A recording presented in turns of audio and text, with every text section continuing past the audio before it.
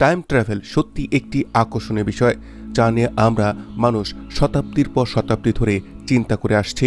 আমরা যখন খুশি অতীতে যেতে পারবো, আমরা যখন খুশি ভবিষ্যতেও যেতে পারবো। এই কল্পনাগুলো যতটা রোমাঞ্চকর, বাস্তবে তা ততটাই চ্যালেঞ্জিং।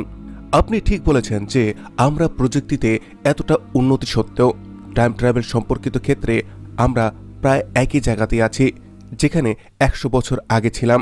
এই ধারণাটি বুঝতে এবং অতীত বা ভবিষ্যতে যাওয়ার চিন্তা বাস্তবে পরিণত করা এখন একটি বড় চ্যালেঞ্জ।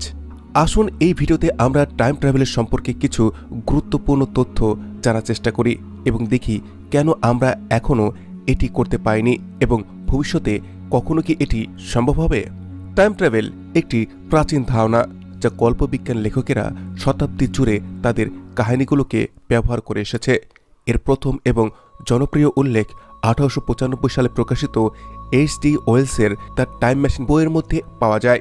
এই বইয়ের মধ্যে এমন একটি যন্ত্রের বর্ণনা করা হয়েছে যা সময়ে অগ্রসর এবং পিছিয়ে যেতে পারে। এরপরেও অনেক এই ধরনের বই এসেছে যেগুলো টাইম ট্রাভেলের ধারণাকে আরও জনপ্রিয় করেছে। ধীরে ধীরে এটি সিনেমা এবং কার্টুনেও দৃশ্যমান হতে শুরু করলো এবং এটি সায়েন্স ফিকশনের একটি মৌলিক প্রয়োজনীয়তায় পরিণত হলো। আজকের বাজারে যত সায়েন্স ফিকশন কন্টেস্ট পাওয়া যায় তার বেশিরভাগই টাইম ট্রাভেল ধারণার ওপর ভিত্তি করেই তৈরি। গত 200 বছরে বিজ্ঞান ও প্রযুক্তি অসাধারণ উন্নতি করেছে। আমরা রুম সাইজ কম্পিউটার থেকে পকেট সাইজ কম্পিউটার পর্যন্ত যাত্রা করেছি, যা একসময় সায়েন্স ফিকশনের থেকেও কম মনে হতো না। আপনাকে জানিয়ে রাখি, নাসা চাঁদে যেতে মাত্র 4 কিলোবাইট র্যাম প্রয়োজন ছিল, তবে আজ একটি সাধারণ ফোনে হাজার হাজার মেগাবাইট স্টোরেজ রয়েছে। 1930 সালে এক শিল্পী ভবিষ্যতের চিত্র এঁকে একটি পেন্টিং তৈরি করেছিল এবং তার ধারণা ছিল প্রায় 100 বছর পর পৃথিবী এমন কিছু দেখতে পাবে। মজার ব্যাপার হলো সেই পেন্টিং অনেকটাই সঠিক ছিল, তবে অবাক করার বিষয় হলো সেই সায়েন্স ফিকশনের সবথেকে জনপ্রিয় ধারণা অর্থাৎ টাইম ট্রাভেল গত 100 বছরও কোনো অগ্রগতিই পায়নি। কেন এমন হয়েছে? টাইম ট্রাভেল কি এতটাই অধিক চ্যালেঞ্জিং, অথবা মানবজাতি কি কখনো এটা করতেই পারবে না? আসুন এগুলো সম্পর্কে আরও জানি। সায়েন্সের টাইম ট্রাভেলের ধারণাটি প্রথম জনপ্রিয় হয় আইনস্টাইনের রিলেটিভিটি তত্ত্ব থেকে। এর আগে এটি শুধুমাত্র কল্পবিজ্ঞান লেখকদের দ্বারা ব্যবহার করা হতো। 1905 সালে প্রকাশিত বিশেষ রিলেটিভিটি তত্ত্বে আইনস্টাইনের সময় সম্প্রসারণের ধারণাটি উপস্থাপন করেছিলেন। তার মতে যদি দুটি পর্যবেক্ষকের গতিতে সামান্য পার্থক্য থাকে তবে তাদের সময়ের অনুভবের ক্ষমতা পরিবর্তিত হবে। সহজ ভাষায় বলতে গেলে সময় কখনো একই গতিতে চলে না। এটি কত দ্রুত বা কত ধীরে প্রভাবিত হবে তা নির্ভর করে ওই অনুভূতিকারী ব্যক্তি কত দ্রুত গতিতে চলাচল করছে তার উপর। আইনস্টাইনের মতে যেমন যেমন একটি বস্তুর গতি বাড়ে তেমনি তাদের সময়ের গতিও কমে যায়। আমাদের মহাবিশ্বের কোনো কিছুই আলোর গতির থেকেও দ্রুত গতিতে চলতে পারে না এবং এটি হলো সার্বজনীন সীমা। বিজ্ঞানীদের মতে যদি কোনো বস্তুর কিছু ভর থাকে তবে তা এই গতির প্রতিবন্ধকতা কখনোই পার করতে পারবে না। এখন যেমন যেমন কোনো বস্তুর গতি আলোর গতির কাছাকাছি চলে যাবে তেমনি তাতে সময়ের গতিও কমে যায়। শুধু তাই নয়, এই গতিতে ভ্রমণের জন্য সেই বস্তুর শক্তির প্রয়োজনীয়তাও অনেক বেশি হয়ে যায়। একসময় তো এমন আসে যখন শক্তির প্রয়োজনীয়তা অসীম হয়ে যায়, যা পূরণ করাও অসম্ভব। এর ফলে আমরা দুটি বিষয়কে পরিষ্কারভাবে জানতে পারি। প্রথমত, দ্রুত গতিতে ভ্রমণ করলে আমাদের জন্য সময়ের গতি কমে যাবে। যদি এটি কাল্পনিকভাবে বলা হয়, তবে যদি কোনো বস্তু আলোর গতিতে ভ্রমণ করে তাহলে তার জন্য সময়ের গতি শূন্য হয়ে যাবে, অর্থাৎ তার জন্য সময়ের অস্তিত্ব থাকবে না।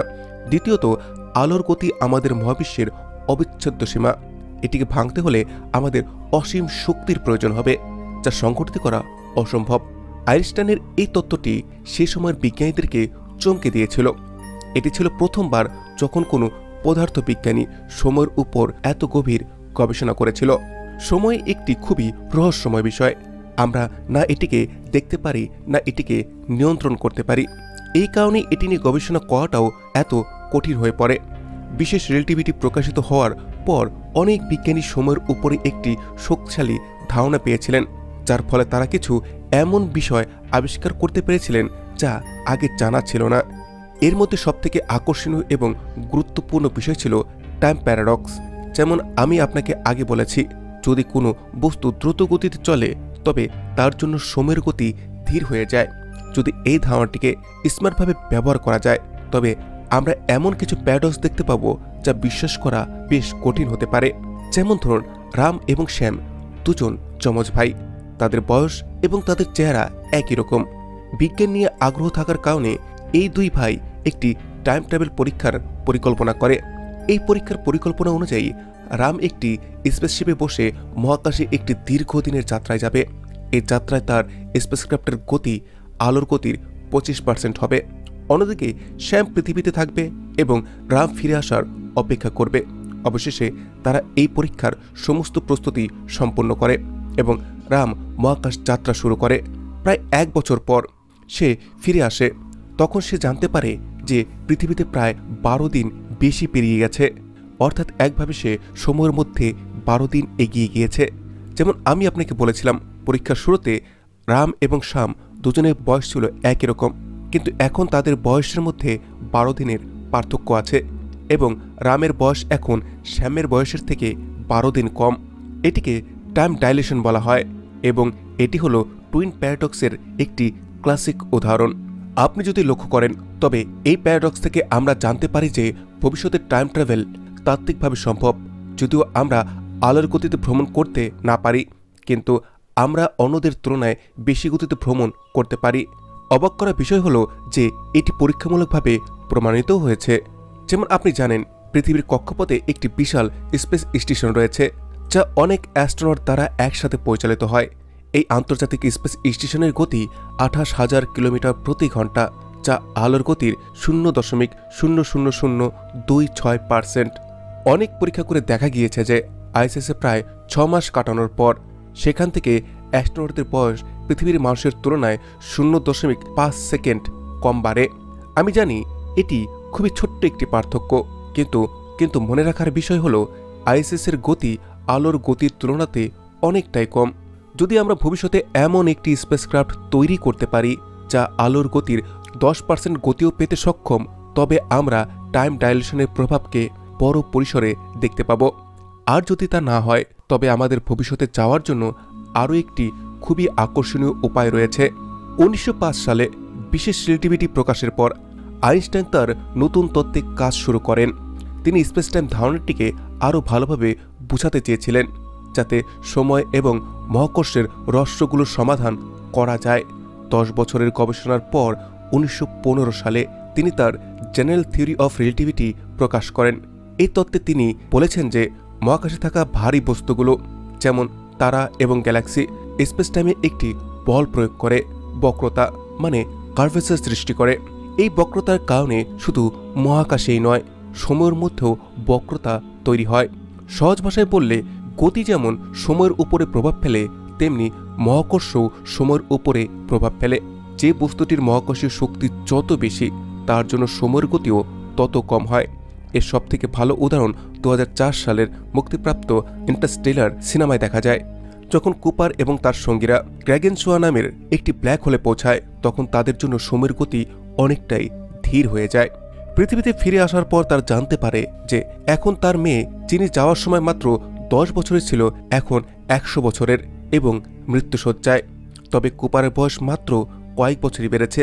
ইন্টারস্টেলার সিনেমার এই অংশটি দেখায় যে যখন কোনো বস্তু ব্ল্যাক হোলে কাছাকাছি যায় তখন তার জন্য সময়ের গতি ধীরে চলে যায় এবং এটি বাস্তব জীবনেও তাত্ত্বিকভাবে প্রমাণিত। এখন আসি আমাদের প্রধান প্রশ্নের উত্তর, টাইম ট্রাভেল কি কখনো সম্ভব? তাহলে আমরা কি দেখতে পাচ্ছি যে আমাদের কাছে বর্তমানে যে সেরা প্রযুক্তি আছে তার দ্বারা কিছু সীমাবদ্ধতা রয়েছে। তবুও যদি ভবিষ্যতে প্রযুক্তির অনেক উন্নয়ন হয় তবে আলোর গতির কাছাকাছি গতিতে যাওয়া সম্ভব, কিন্তু এর জন্য অত্যন্ত উচ্চ শক্তির প্রয়োজন হবে। তবে সেটা নির্ভর করবে নতুন পদার্থ বিজ্ঞানের আবিষ্কারের উপরে। এটি বলা যাচ্ছে না যে টেকনোলজি কি কখনো টাইম ট্রাভেলকে সম্ভব করে তুলবে, তবে তাত্ত্বিকভাবে এটি এখনও সম্ভব। কিছু বিজ্ঞানী বিশ্বাস করেন যে মহাবিশ্বের গভীরে কোনো গেটওয়ে বা টাইম পোর্টাল থাকতে পারে যা সময়কে পাকিয়ে রেখে অতীত এবং ভবিষ্যতে যেতে সাহায্য করতে পারে। তবে মনে রাখতে হবে যে টাইম ট্রাভেল আমাদের জন্য যে রহস্যের সৃষ্টি করেছে তা নিয়ে অনেক কিছু জানার ও শেখার বাকি। এই ভিডিওটিকে শেষ পর্যন্ত দেখার জন্য ধন্যবাদ। এবং যদি এই ভিডিওটি আপনাদের পছন্দ হয়ে থাকে তাহলে অবশ্যই এটিকে শেয়ার করতে ভুলবেন না। সেই সাথে এই ধরনের সব সায়েন্টিফিক ভিডিওর জন্য চ্যানেলটিকে সাবস্ক্রাইব করে বেল আইকনে ক্লিক করুন। Thanks for watching, take care, bye by.